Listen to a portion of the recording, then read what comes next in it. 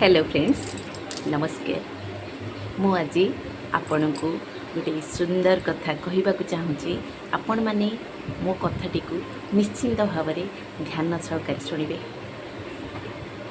हाँ आज्ञा मो कथाटी को ध्यान सहकार शुणवे। मुझे कौन कहवाक चाहूँगी आपण जानते कि गोटे शब्द अच्छी धन्यवाद।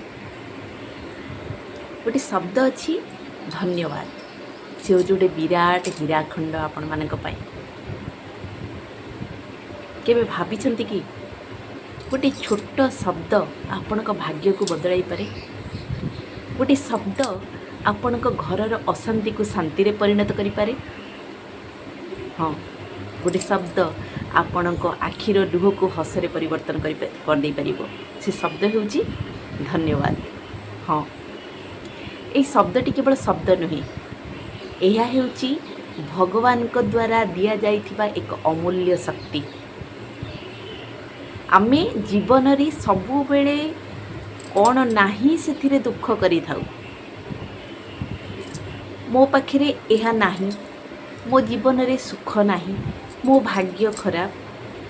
किंतु केबे भाबिछंती कि आपनक पाखरे जहा अछि सेटा अनेक लोगों को स्वप्न।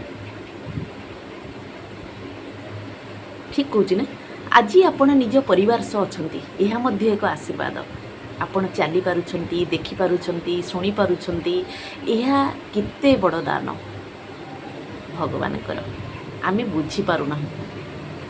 जीवन रे जेउ लोक छोट छोट जिनिस पाई धन्यवाद देवा शिखी जाती, भगवान सेई लोकों को बड़ बड़ खुशी देवा आरंभ कर दियंती।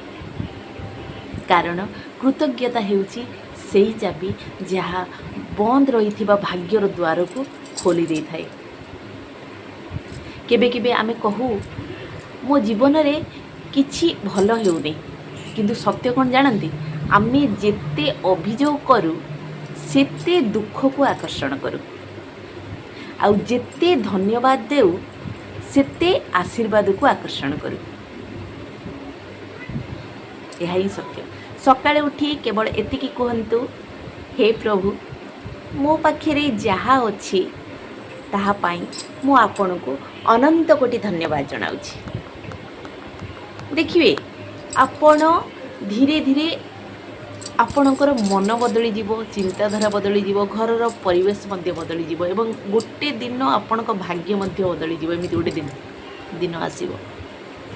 धन्यवाद कहिबा लोक केबे एका रहंती नहीं, कारण भगवान सबु बेले तांको पाखरे रुहंती।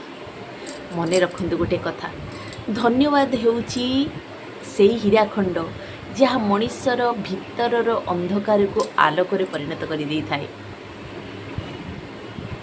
बुझीपार्छन तो साधारण मनीष माने अन्य जन को धन्यवाद कहीदे ता मन केते खुशी हो जाए। सेमती भगवान मध्य सेमती। जदि आज आपण दुखरे अछंती, हार मानिबे नहीं, आज ठारू केवल धन्यवाद देवा आरंभ कर दियंतु। शायद आपण जीवन चमत्कार एइठु आरंभ हो जिवो। जदि एई कथा गुडी को आपण हृदय को छुई थाए तेबे ए भिडियोटी को निश्चय शेयर करंतु। आउ एमिति आत्मिक और जीवन बदली देवा भिडियो पाई आम चैनल नारी शक्ति ओडिशा को सब्सक्राइब करंतु। आपण को अशेष अशेष धन्यवाद। जय माँ गायत्री।